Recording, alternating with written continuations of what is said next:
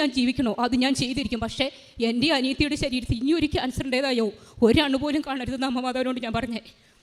ഈ ഗർഭപാത്രത്തിൽ ഓപ്പറേഷൻ ചെയ്ത് കഴിഞ്ഞപ്പോഴും അത് ടെസ്റ്റ് ചെയ്ത് കഴിഞ്ഞപ്പോൾ ക്യാൻസറിൻ്റേതായോ ഒരണു പോലും ഇല്ല, ക്യാൻസറിൻ്റേതായോ ഒരു അസുഖവും അവൾക്കില്ല എന്ന് പറഞ്ഞു. അതുകൊണ്ട് തന്നെ ആ ഒരു ഓപ്പറേഷൻ ചെയ്ത് അതവിടെ നിർത്തി.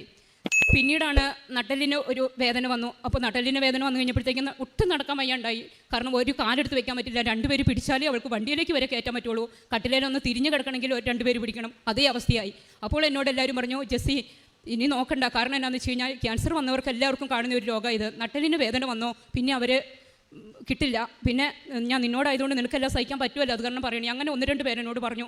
അപ്പോൾ അതൊക്കെ കേട്ട് കഴിഞ്ഞപ്പോൾ തന്നെ ഭയങ്കര വിഷമമായി. അന്ന് ഞാൻ അമ്മ മാതാവിനോട് പറഞ്ഞു, അമ്മ മാതാവേ, ഞാൻ ഉടമ്പടിയിൽ വെച്ചിരിക്കുന്ന ഒരു കാര്യം അവളുടെ രോഗം, ഇനിയൊരു രോഗം തന്ന് അവളെ വേദനിപ്പിക്കരുത്. നിർബന്ധമായിട്ടും എനിക്കൊരു രോഗം അവൾക്ക് വരുന്നത് എനിക്ക് സഹിക്കാൻ പറ്റില്ല, അത് കാരണം ഒരു രോഗം കൊടുക്കരുതെന്ന്.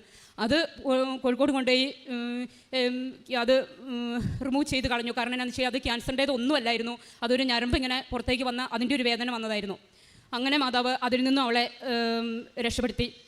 മൂന്നാമതായിട്ട് ഈ 2 മാസം മുമ്പാണ് അവൾ ചികിത്സിച്ചുകൊണ്ടിരുന്ന, ഇവിടെ കാണിച്ചുകൊണ്ടിരുന്ന വെല്ലൂർ, കോവിഡ് വന്നു കഴിഞ്ഞിട്ട് വെല്ലൂർ പോലില്ലായിരുന്നു.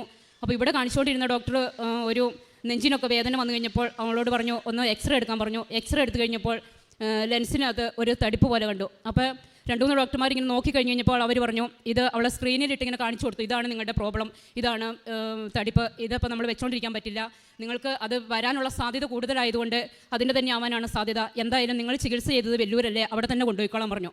അത് കേട്ട് കഴിഞ്ഞപ്പോഴത്തേക്ക് അവളും ഭർത്താവും കൂടെ കൂടിയിട്ടാണ് ഇതെല്ലാം കേട്ടത്, ഞങ്ങളെ അറിയിച്ചില്ല. അവൾക്ക് ഭയങ്കര കരച്ചിലായി, ആരും എന്നെ കാണാൻ വരണ്ട, എന്നെ ഇനി രക്ഷപ്പെടുത്താൻ നിങ്ങൾക്ക് കഴിയില്ല എന്നൊക്കെ പറഞ്ഞുകൊണ്ട് ഭയങ്കര കരച്ചിലായി. അപ്പോൾ ഇതറിഞ്ഞു കഴിഞ്ഞപ്പോൾ ഞാൻ ജോലി ചെയ്തുകൊണ്ടിരിക്കുന്നതായിരുന്നു, അവിടെ നിന്ന് 2 ദിവസം ലീവാക്കി ഞാൻ അവളുടെ അടുത്ത് എന്ന് പറഞ്ഞു. അവൾ ഉടമ്പടി എടുത്തിട്ടുണ്ടായിരുന്നു, പക്ഷേ ഉടമ്പടി എടുത്ത് 3 മാസം കണ്ടിന്യൂ ചെയ്തു. അത് കഴിഞ്ഞ് കഴിഞ്ഞിട്ട് അവളുടെ അസുഖമൊക്കെ മാറി എന്നുള്ള ബോധ്യം വന്നു കഴിഞ്ഞപ്പോൾ അവൾ ഉടമ്പടി പിന്നെ പുതുക്കാനോ ഒന്നിനും ഇങ്ങോട്ട് വന്നില്ല. അപ്പോൾ ഞാൻ അവൾ ചെന്ന് പറഞ്ഞു കഴിഞ്ഞു, നമ്മൾ ഉടമ്പടി എടുത്തിട്ടുണ്ടെങ്കിൽ ദൈവത്തിൻ്റെ മുമ്പിൽ നമ്മൾ ഒരു എഗ്രിമെൻറ്റ് വയ്ക്കുകയാണ്, ആ എഗ്രിമെൻറ്റ് നമ്മുടെ ജീവിതകാലം മുഴുവനും നമുക്ക് പാലിക്കാൻ നമ്മൾ ബാധ്യസ്ഥനാണ്.